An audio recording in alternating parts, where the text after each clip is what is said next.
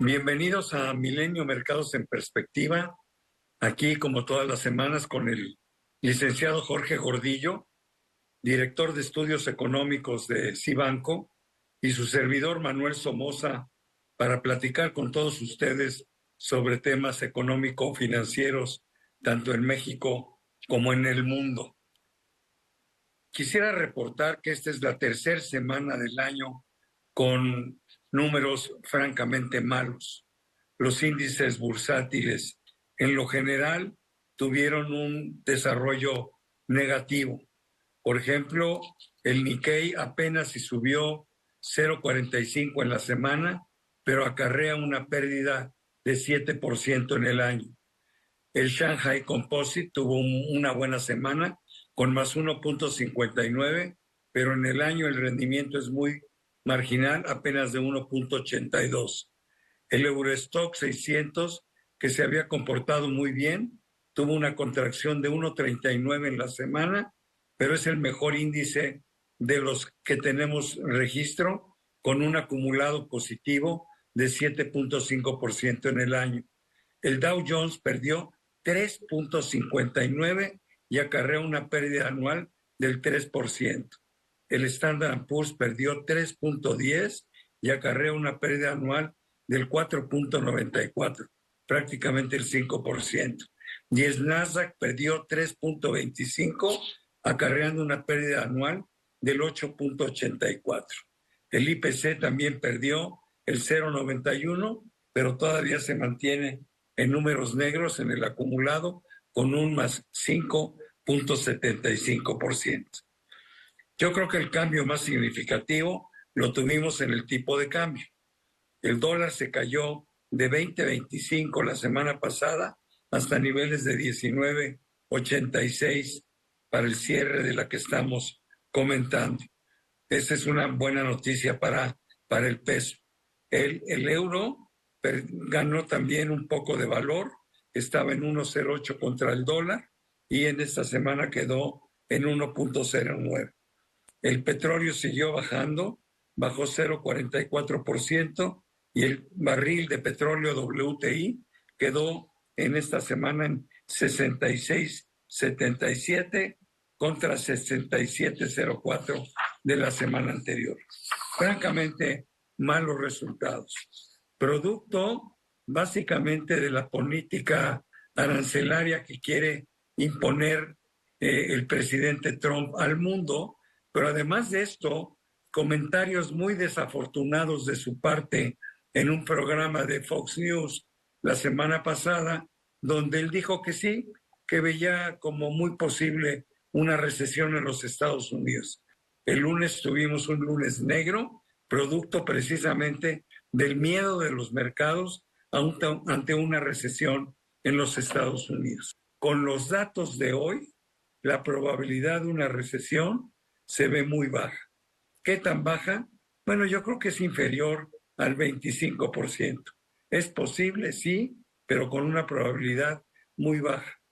En abril tendremos mucha mayor información para hacer un juicio más acertado, cuando sepamos realmente en qué va a terminar, si es que acaso termina, esta lucha arancelaria, y ya sabremos cuál es la respuesta de Estados Unidos y la respuesta de las contrapartes, que son los más afectados. Pero aquí tu opinión es más importante que la mía, querido Jorge. Adelante. Muchas gracias, Manolo. No, yo pienso muy similar.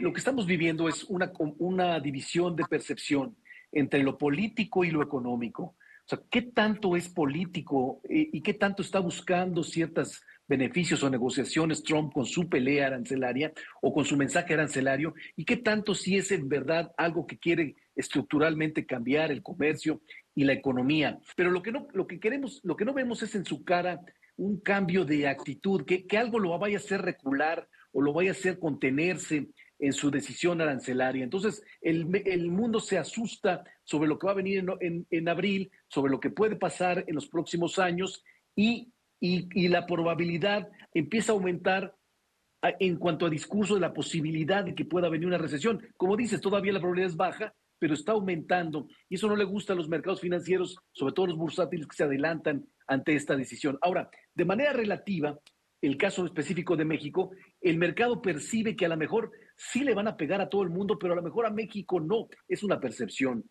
Parece que le ha gustado la negociación que está haciendo directamente con México, la posición cautelosa que ha llevado la presidenta Claudia Sheinbaum contra Estados Unidos. El mercado percibe que a lo mejor se va a ver menos perjudicado que el mundo México. Y por eso que estamos viendo que la bolsa mexicana no está cayendo tanto como la norteamericana, o que el peso mexicano se está apreciando a los niveles que no creíamos que podían llegar, abajo de los 20 pesos por dólar. Simplemente una percepción de que en abril a lo mejor seremos exentos en aranceles. Así es. Bueno, yo sobre la parte de Estados Unidos, yo creo que más tarde, más temprano que tarde, perdón, se le va a acabar la luna de miel a Trump, porque ya empieza a haber signos de inconformidad por distintos sectores, incluyendo a muchos de ellos del Partido Republicano.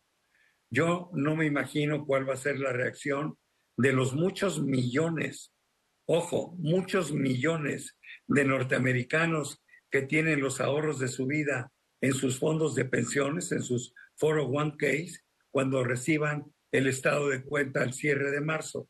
Digo, verdaderamente los gritos se van a escuchar en Washington y mucho más allá.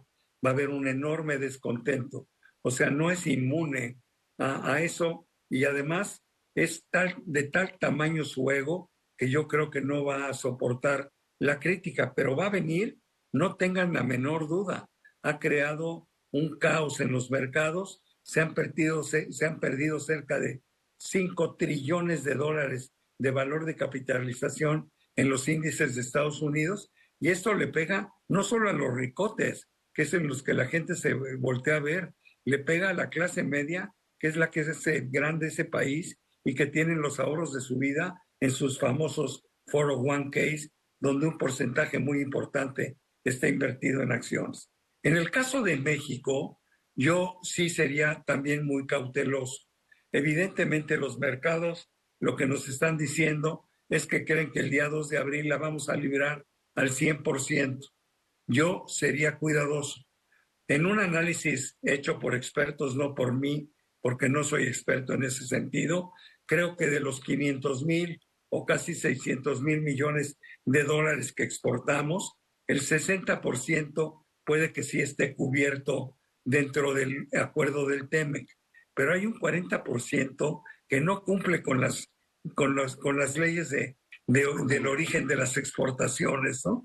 ¿Por qué? Bueno, porque como las tarifas en Estados Unidos cayeron de tal manera, ¿para qué adaptarse a un proceso que iba a ser largo y costoso? Entonces yo creo que tenemos el 40% de nuestras exportaciones en riesgo de que sí se les impongan aranceles, ¿no? O sea, pero bueno, me gustaría pasar a otras cosas.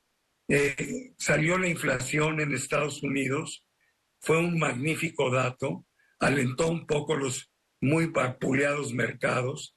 La inflación de febrero fue de 0.2 en el mes, 2.8 el anual. La subyacente bajó de 3.3 a 3.1. La verdad, datos magníficos.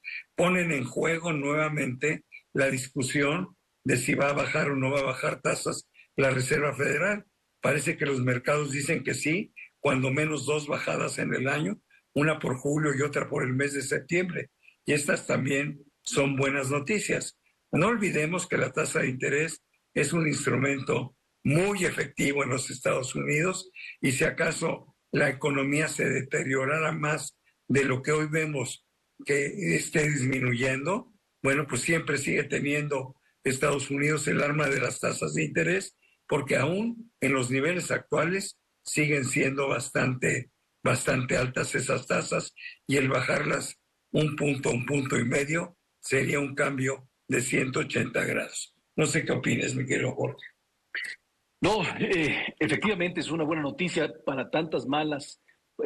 La palabra que sigue siendo vital en los mercados es incertidumbre, es lo que seguimos viviendo. Todavía no nos queda muy claro cuál va a ser la postura final de Donald Trump, hasta dónde va a llegar, su pleito por aranceles, y esto está pagando en la economía, está pagando en la percepción, le está pegando a Estados Unidos, que parecía que no iba a ser, empezó con una muy buena percepción a principio de año y se ha diluido muy rápido, pero en todos los países por igual, aunque en México tenemos la percepción de que a lo mejor nos libramos de arancel, como dices, no nos vamos a liberar en el costo, vamos a tener que hacer una reestructura, le ha pegado en la confianza de la inversión y nos ha agarrado en un ciclo negativo económicamente hablando. Y es mala noticia para la economía que ya venía vapuleada desde finales del año pasado. Los primeros datos del año en México hemos visto caídas o un crecimiento muy bajo en el empleo, caídas en el consumo ya en febrero, caídas en indicadores adelantados, en la producción industrial de enero también caídas anuales. Vamos a tener un primer trimestre negativo en la economía mexicana y gran parte era por el problema de un ciclo malo, pero gran parte también por esta incertidumbre y esta falta de visión rápida de consolidación hacia qué puede esperar de inversión, sobre todo en el primer año de una nueva administración pública, ¿no? Sí, coincido contigo. La verdad, la economía mexicana, la perspectiva no es nada halagüeña. Ojalá y no eso no suceda. El gobierno está haciendo esfuerzos en mejorar las finanzas públicas, pero sí la tenemos francamente difícil. Por último, diría que una buena noticia para los mercados y para el mundo es que hay la esperanza de que se inicie el proceso de paz entre Rusia y Ucrania. No sé en qué términos, no sé en nada, pero bueno, creo que la esperanza ahí está y eso ha alentado a los mercados. Pero se nos acabó el tiempo, mi querido Jorge, muchísimas gracias, pero sobre todo gracias a todos ustedes que nos acompañan semana a semana aquí en Milenio, Mercados en Perspectiva. Nos vemos pronto. Hasta la próxima semana, que estén muy bien, gracias.